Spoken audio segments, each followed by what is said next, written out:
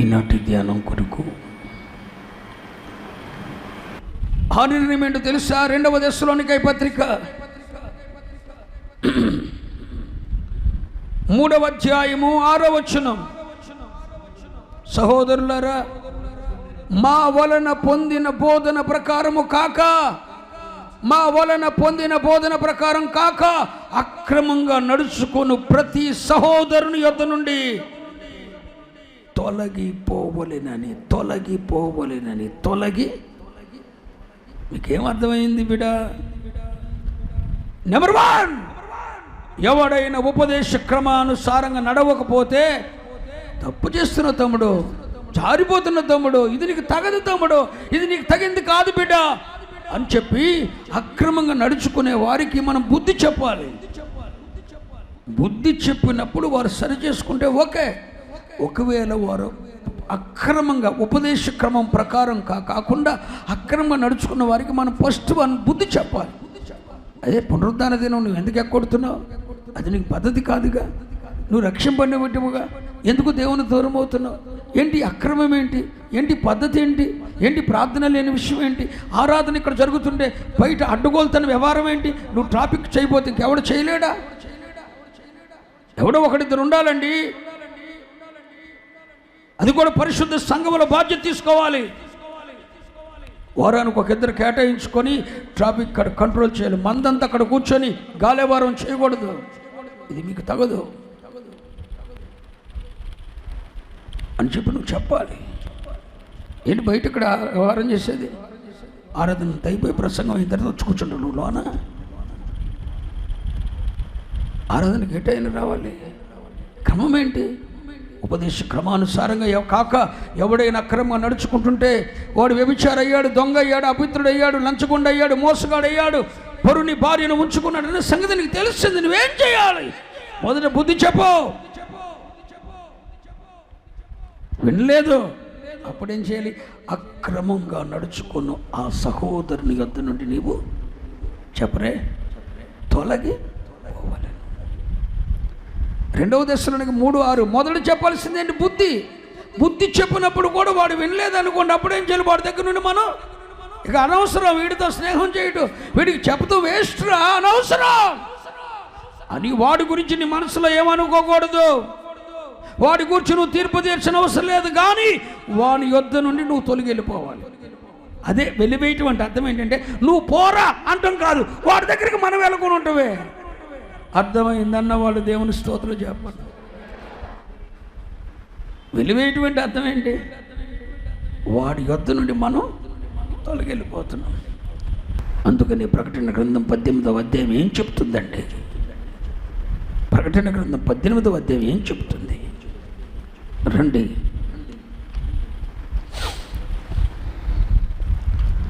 ప్రకటన గ్రంథం 18వ అధ్యాయం 4వ వచనం చదవండి. నా ప్రజలారా, మీరు దాని పాపములలో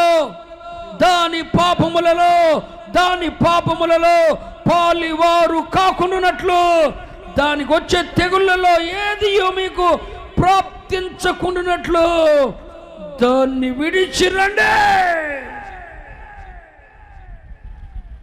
దాంతో వాడు కూర్చుండే దాని పాపములలో నీవు కూడా పాలివాడవుతావు. దానికి వచ్చే తెగుళ్ళు నీ మీద కూడా వస్తాయి.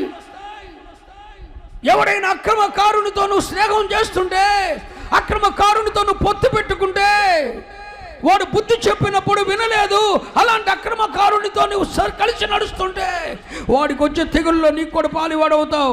వాడికి వచ్చే వాడి పాపములలో నీవు పాలివాడవుతావు. ఒకడు ఒక అమ్మాయిని ప్రేమిస్తున్నాడండి, మధ్యలో ఇంకొక లవ్ లెటర్ ఇచ్చాడండి, వీడికి ఆ పాపంలో పాలివాగుతాడు కాదా? వాళ్ళిద్దరు మాట్లాడుకోవడం నువ్వు గది ఏర్పాటు చేశాడండి, వాళ్ళ పాపంలో వీడి పాలివాడండి. సిగ్గుండాలి. వాడు పాపం చేస్తున్నాడు, ఆ పాపంలో నువ్వు పాలు పుచ్చుకుంటున్నావు, రెచ్చగొడుతున్నావు. ఈ పోనిచ్చిరా అంటే అర్థం ఏంటి? చూస్తున్నావు, ఆ పాపంలో నువ్వు పాలుపడిపోతున్నావు. ఆ తెగుళ్ళలో వాళ్ళకి వచ్చే తెగుళ్ళలో కూడా నీకు పనిష్మెంట్ ఉంది. అందుకే ప్రభు అంటాడు, దాని పాపములలో మీరు పాలివారు కాకుండానట్లు, దాని పాపములలో మీరు పాలివారు కాకుండానట్లు, దానికి వచ్చే తెగులలో మీరు మీ మీదకి రాకుండా ఉన్నట్లు దాన్ని విడిచిపెట్టండి. దాన్ని విడిచిపెట్టి పొమ్మని మీరు అనొద్దు, దాన్ని విడిచిపెట్టి మీరు పక్కకు రండి. మీడియేటర్గా పనిచేసే వాళ్ళకి తెగులు ఉంటుంది అనుకున్నారా? చెడిపోయేవారు చెడిపోవడం కారణం మధ్యలో మీడియేటర్స్, మధ్యవర్తులు. వాడి పాపంలో వీడి పాలువాడవుతాడు. దయచేసి చెప్తున్నాను, ఇది ఉపదేశ క్రమం. పరిశుద్ధ సంఘములో ఇవి తగవు. ఎవరి కోసం దేవుడు మాట్లాడుతున్నాడో, ఎందుకోసం మాట్లాడుతున్నాడో నువ్వు గ్రహించే మనస్తత్వం లేకపోతే మెనే టేకల్ పాసెస్ నిన్ను, నీ స్థితిని దేవుని సంఘము నుండి తొలగించేస్తాడు. నీ దీపస్తంభం తరువాత కాలంలో దేవుని సన్నిధిలో కనబడదు, తిరునాళ్ళలో కనబడద్దిగా నీ దీపస్తంభం. అర్థమవుతుందని చెప్పేది. జాగ్రత్తగా ఉండాలి. ఈ పూట ప్రభు నీతో మాట్లాడుతున్నాడు. ఎవడైనా అక్రంగా నడుచుకుంటున్నాడు, నీ సహోదరుడు కాబట్టి బుద్ధి చెప్పు. వినలేదు, దూరంగా తొలగిపో. అన్ను పొమ్మనొద్దు, నువ్వు పో. వాడిని యొద్ద నుండి వెళ్ళిపోమని చెప్పొద్దు, నువ్వు దూరంగా తొలగిపో, నువ్వు విడిచిపెట్టి వెళ్ళిపో. లోతు తన భార్యను సైతం వదిలేశాడు. సొదొమనికి కావలిస్తే సొదొమకు, నేను ఆ పర్వతం మీదకి పారిపోతాను. కలిసి అడుగులు వేయని వాళ్ళని ఎవరు నేను వదిలేయాలండి అంతే. లోతు తన భార్యను సైతం వదిలి వెనక్కి తిరిగి చూడకుండా వెళ్ళిపోయాడు. ఈ లోతు కన్నా నువ్వు నీతిమంతుడువా? తనతో కూడా అడుగులు వేయని లోకం వైపు మళ్ళుతున్నా వెనక చూడొద్దన్న ఉపదేశ క్రమం ఆమె వినలేదు. వెనక్కి చూస్తుంది. భార్యను విడిచిపెట్టి బిడ్డలను వెంట పెట్టుకుని వెళ్ళిపోయాడు. ఇలాంటి తెగింపు ప్రతి విశ్వాసికి ఉండాలని ప్రభు కోరుకుంటున్నాడు. అర్థమయ్యింది అన్నవాళ్ళు దేవునికి స్తోత్రం చెప్పండి. అలా మనం దూరం కాకపోతే వారి పాపములలో మనం పాలివారం అవుతాం. వారికి వచ్చే తెగుళ్ళలో మన మీదకి వస్తాయి. కొరాహు, దాతాం, అబీరాము అక్కడ ఉంటే వాళ్ళతో పాటు ఉన్న 250 మంది కాదండి, 14,700 మంది చచ్చిపోయారు ఒక్క రోజున. మీకు తెలుసా? మనకు చరిత్రలో కనబడేది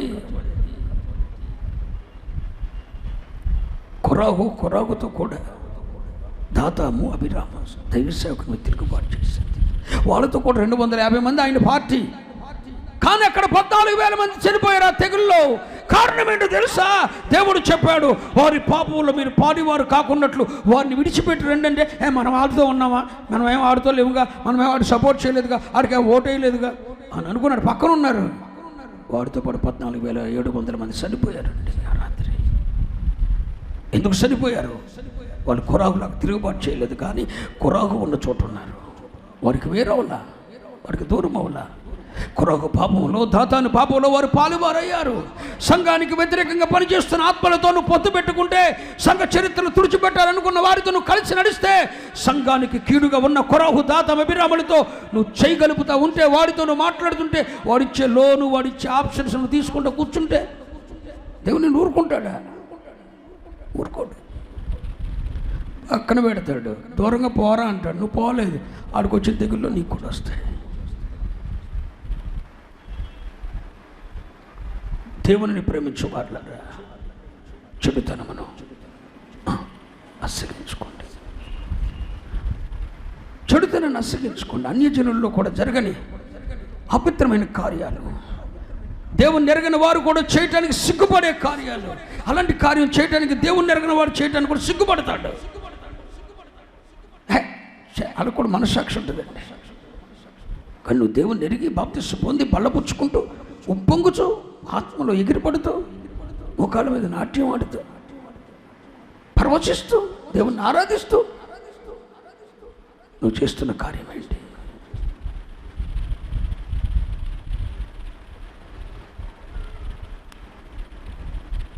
ప్రభు నీతో స్పష్టంగా మాట్లాడుతున్నాడని గ్రహిస్తుంటే నీ మనసు మార్చుకో. ఆయన నీ సమీపం ఉండగా ఆయన్ని వేడుకో. మన వలన ఒక్కొక్కరి జీవితం నాశనం కాకూడదు. దేవుని న్యాయ సింహాసనం ఎదుట నిలబడతాం. ఎంతమంది జీవితాలు పాడైపోతున్నాయి, ఎంతమంది నీ వలన దేవునికి దూరం అయిపోతున్నారు, ఎంతమంది పాపం చేయడానికి నేను చూసి తెగిస్తున్నారు. నిజంగా నీ పేరుకు తగ్గ పని చేసావు. జాగ్రత్త. దేవుడు నీతో స్పష్టంగా మాట్లాడుతున్న పరిశుద్ధ బల్ల తీసుకునే నీలో నాలో అన్యజనులలో కూడని జరగని అపవిత్రమైన కార్యాలు జరుగుతుంటే దేవుడు ఊరుకుంటాడా? అందుకే అట్టి వాడికి అసగించుకోవాలి, మనం అసగించుకోవాలి. అట్లాంటి కార్యం ఎవడని చేసిన వాడిని మన జీవితంలో ఉండి మొదట బుద్ధి చెప్పాలండి. విన్నాడనుకో పర్లేదు, వినలేదనుకో వాడికి మనం దూరంగా తొలగిపోలేదనుకో వాడి పాపముల్లో వాడి తెగుళ్ళు మనం పాలువారం అవుతాం. అర్థమవుతుంది? వాడి తెగుళ్ళలో మనం పాలువారం అవుతాం. ఆడికి వచ్చేది మన మీదకి వచ్చేది,